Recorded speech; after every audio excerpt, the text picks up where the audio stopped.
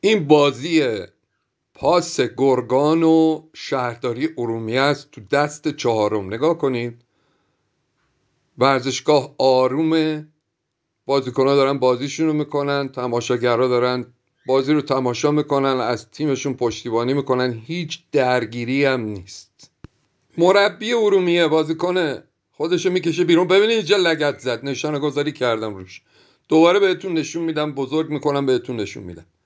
ارشیا بهنژاد لگد میزنه، صندلی رو میشکونه، اونم درست روبروی بانوان هوادار گرگان. نگاه کنید اینجا بزرگ کردم تصویر رو، ببینید لگد میزنه، ارشیا بهنژاد لگد میزنه، صندلی رو پرت میکنه به سوی هواداران پاس گرگان، هواداران پاس گرگان رو برانگیخته میکنه. گوش کنید ببینید سرپرست رسانه باشگاه پاس گرگان چی میگه، خوب بشنوید. این بازی خیلی شرایط قشنگ، هوادار، همه چی کامل، خیلی هم بازی نزدیک و قشنگ بود.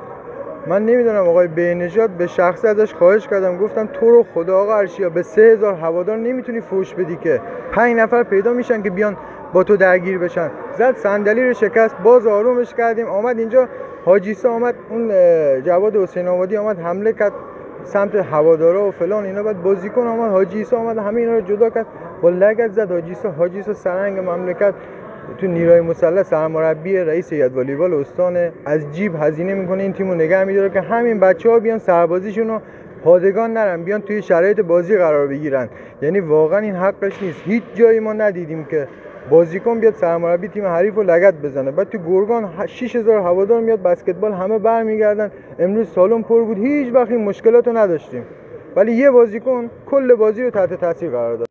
نگاه کنید ببینید اینجا ارشیا بهنژاد چه لگدی میزنه به اونجای سرمربی پاس گرگان. صحنه آسته ببینید، دیدین لگد رو دیدین کجا زد؟ همه چیز زیر سر همین ارشیا بهنژاده. همه درگیری ها رو این ارشیا بهنژاد آغاز کرده.